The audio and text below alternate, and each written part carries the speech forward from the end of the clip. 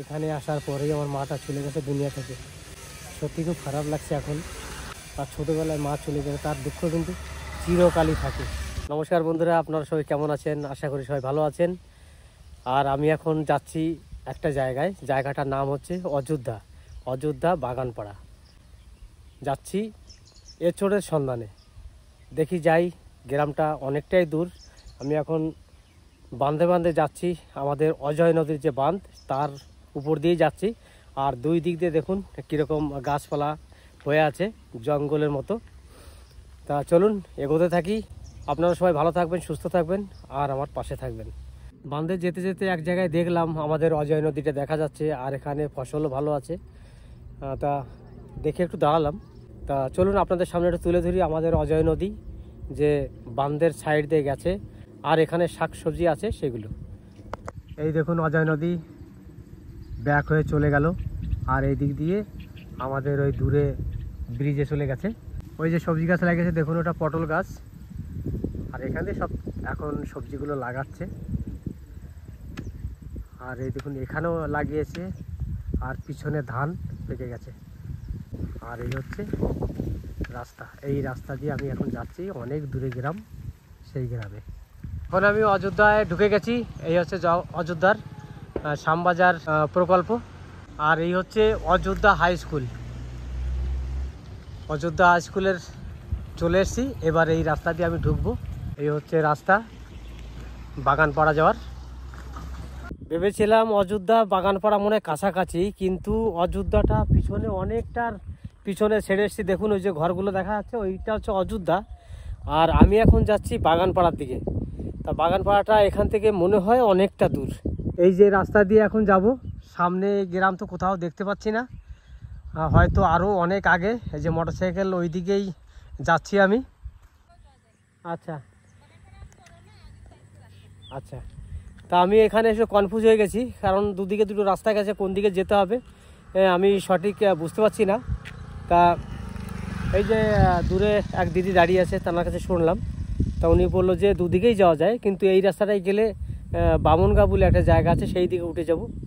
আর এই দিকে গেলে হয়তো বাগানপাড়া ঢুকে যাব। তো বাগানপাড়া হয়েও যেতে হয় আমাকে ওখানে। তাহলে আমি এই রাস্তাটাই ধরি, যে এক দাদা দাঁড়িয়ে আছে মোটরসাইকেল নিয়ে দূরে, আমি এই রাস্তাটা যাই। আর এই রাস্তাটা আমি যাব না, গাড়িটা আমি ওই রাস্তায় রেখেছিলাম। আমি বাগানপাড়ার কাছাকাছি চলে এসেছি।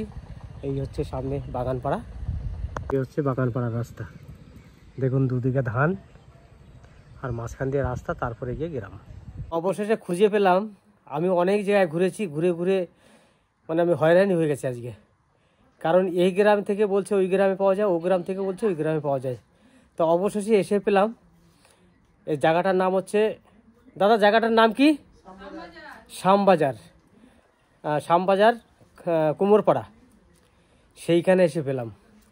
তা ওখান থেকে দাদার গাছে যেতে হয়নি, উনি সকালবেলা কেটে রেখেছে কয়েক পিস, কাউকে দিয়েছে আর হয়তো বাজারে নিয়ে যাবে সেই জন্যে।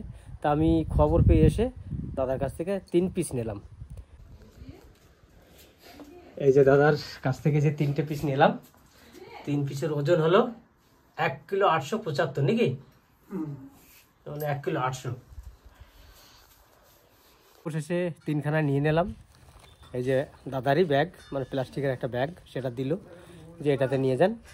তা এখন এখান থেকে রওনা দিয়ে বাড়ি যাব, কিন্তু বাড়ি যাব 11 মাইল হয়ে। এই যে আমি অযোধ্যা ছেড়ে চলে এসেছি, এবার 11 মাইলের দিকে ঢুকলাম। এই হচ্ছে 11 মাইল যাওয়ার রাস্তা। এই রাস্তা দিয়ে সোজা গিয়ে 11 মাইলে উঠবো। আর 11 মাইলে প্রথম যখন আমরা নদিয়ার থেকে জায়গা জমি বিক্রি করে চলে আসি এখানে, আর 11 মাইলে যে জায়গাটা ছিল আমাদের, যেখানে আমাদের বাড়ি ঘর তৈরি করে আমরা ছিলাম, সেইখানে গিয়ে দাঁড়াবো। তো চলুন সেই জায়গাটা আপনাদের কাছে একটু তুলে ধরবো আজকে। তাহলে নদিয়ার থেকে এসে যেখানে আমরা বাড়ি করেছিলাম সেই জায়গাটা চলে এসেছি। এই সামনেই সেই জায়গাটা, এই আম গাছটা আমাদের জায়গাতেই ছিল। আর এই যে হচ্ছে জায়গা, এইখান দিয়ে লম্বা করে 2 বিঘে আমাদের ছিল। একবারে ওইদিকে যে ক্যানাল আছে, ক্যানাল পার পর্যন্ত। এখানে আমার মা মারা গেছিলো, তারপরে আমরা এখান থেকে নদীয়ে চলে যাই। জায়গাটা আপনাদের সামনে দেখালাম, আর নিজেকে নিজে খুব আশ্বাস লাগছিল যে এখানে আসার পরেই আমার মাটা চলে গেছে দুনিয়া থেকে। সত্যি খুব খারাপ লাগছে এখন। আর এর জন্য আপনাদের কাছে কি বলবো, যে মানুষ ছোটোবেলায় যেন কারণ মা না মরে যায় আর ছোটোবেলায় মা চলে গেলে তার দুঃখ কিন্তু চিরকালই থাকে। তা কিন্তু একটা জিনিস, এখন যে আমার মা আছে সেই মা নিয়ে আমরা খুশিতেই আছি। তা চলুন এবার বাড়ির দিকে এগোবো। খুব খারাপ লাগছে এখানে দাঁড়িয়ে থাকতে। থেকে ছেড়ে 11 মাইল বাস স্ট্যান্ডে চলে এসেছি। এখানে একটা দোকানে একটু টিফিন করবো, তার জন্যে সকাল থেকে কিছু খাওয়া হয়নি, মাঠে ঘাটে পাড়াতে ঘুরে বেরিয়েছি। এই হচ্ছে 11 মাইল বাস স্ট্যান্ড।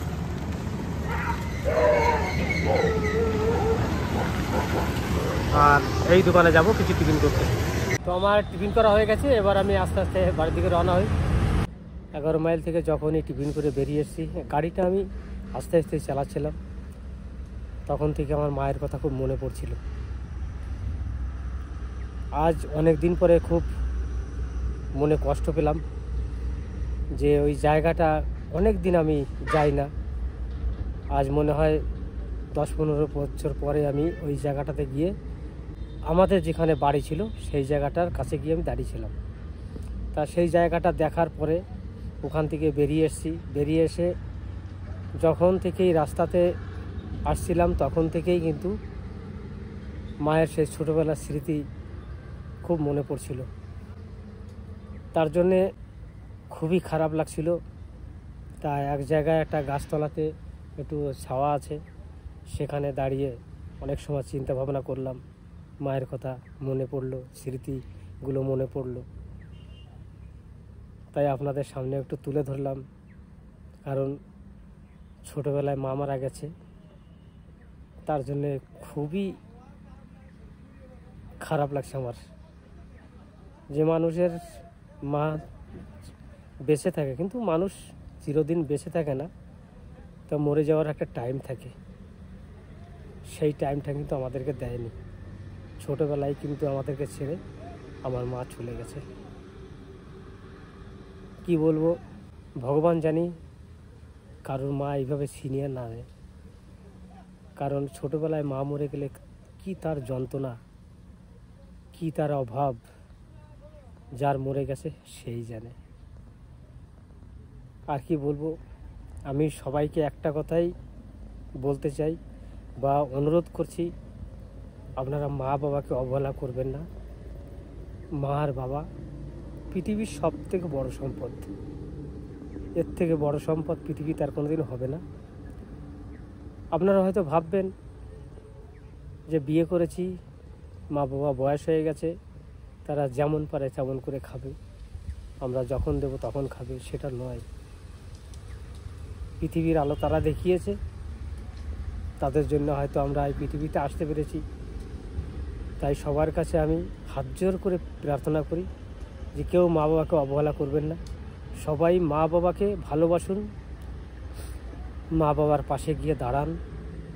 কেউ যদি মা বাবার কিছু বলে যে তোমার মা এই করছে, তোমার বাবা ওই করছে, তাকে একটা কথা আপনারা বোঝাবেন যে পৃথিবীর আলো আমাকে দেখিয়েছো, আমাকে হাজার কথা বললো, সে আমার কাছে কিন্তু ভগবান।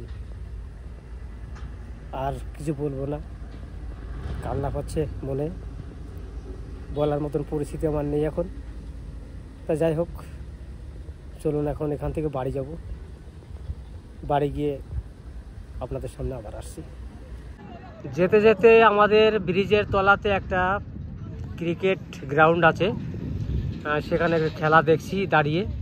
তাই সেই খেলাটা আপনাদের সামনে একটু তুলে ধরলাম। এটা 4 হয়ে গেল। আর তার সাইডে একটা সিভিল জবের কাজ হচ্ছে বিল্ডিংয়ের। এই দেখুন স্ল্যাবের রড বিছাচ্ছে,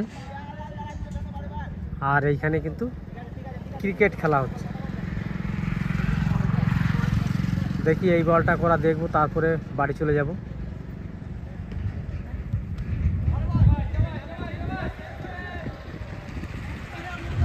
ওভার শেষ হয়ে গেল, এবার আর একটা ওভার আরম্ভ হবে। দেখি নতুন বোলার সে কীরকম বল করছে একটু দেখে যাই। নতুন বোলার একটা বল নিয়ে আসছে।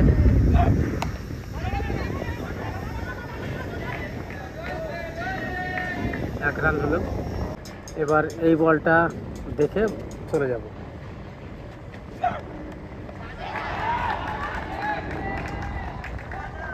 6।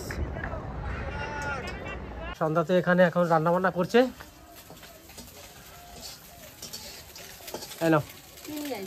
চোর সেই সকালবেলা বেরিয়েছে, আর এই যে ঢুকলাম বাড়িতে।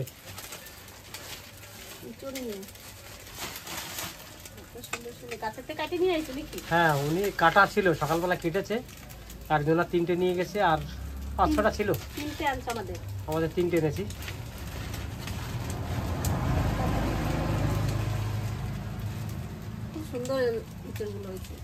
সকালবেলায় কেটেছে। আজকে তো অনেক বেলা হয়ে গেছে, আজকে আর ইঁচড় রান্না করবো না, কালকে দেখবো। আজকে কি রান্না করছো? আজকে এই যে মূলো শাক ভাজা হবে, হ্যাঁ, আর বেগুন দিয়ে, ট্যাংরা মাছ দিয়ে, আলু দিয়ে ঝোল নাকি? কড়াইটা পুড়ে গেছে, আমি ঘরে গেছি আর কড়াইটা আমার পুড়ে গেছে। এই কড়াই আর কাউকে দেখাই না। রান্না করতে করতে পুড়েছে। রান্না বান্না করো তাড়াতাড়ি, ঠিক আছে?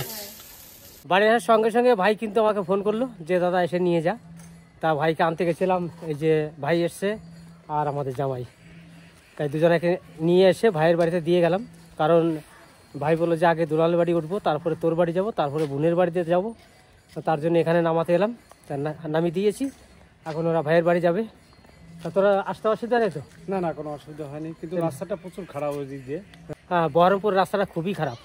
ওই রাস্তা নতুন করছে আর কি। ওই রাস্তা দিয়ে আসতে গেলে 4 ঘন্টার জায়গায় 6 ঘন্টা লাগবে, 2 ঘন্টা বেশি লাগে, তাই না? হ্যাঁ। বেশ, তাহলে চলো। চলো চলো। নদিয়ার থেকে আমার মেজো কাকার ছেলে এসছে, আমার ভাই। সেই ভাই ওর বৌদির জন্য কি নিয়ে এসছে সেটা আমার কাছে পাঠিয়ে দিল। তা চলো সন্ধ্যার কাছে নিয়ে যাই, তারপরে দেখা যাক কি এনেছে। এই যে এখনো রান্না বান্না হয় নাই। তাই না, নদিয়ার থেকে মঙ্গল এসে তোমার দেওর কি কি নিয়ে এসছে দেখো। রাখো, আমি শুধু তোমার জন্য নিয়ে এসছে, আমার জন্য না। আমার জন্য আনলে তো আমি নিজেই দেখতাম। বলছে এটা বৌদিকে দিবি। আর জল 2টো আছে, তোমাকে দিয়েছে হয়তো হাফ হাফ খাওয়ার জন্য। না, আগে দুলালের বাড়ি নামলো, আমাকে বললো আমাকে পৌঁছে দিতে দুলালের বাড়িতে, বিকেলে যাবো। এই যে তার মানে তুমি কলা ভালো খাও না? কলা নিয়ে এসে একদম কলা খাই বলে এত ভালো। প্রতিবার যখনই নিয়ে আসে কলা নিয়ে এসে তোমার জন্য। দেখো কত কলা করে এত দূর দিয়ে কলা বয়ে নিয়ে এসে। পাকা একটা দাও তো আমাকে খাই। সুগার হয়েছে কি হয়েছে, একদিন একটা খাই কিছু হবে না। দাও। এই যে কলা নাও, তাহলে আমি স্নান করে আসবো। স্নান করে আসো। বেশ, এটা কি মূলো শাক? না, লাউ শাক। লাউ শাক। মূলো শাক রান্না হয়ে গেছে? না না, তুমি স্নান করে আসো না।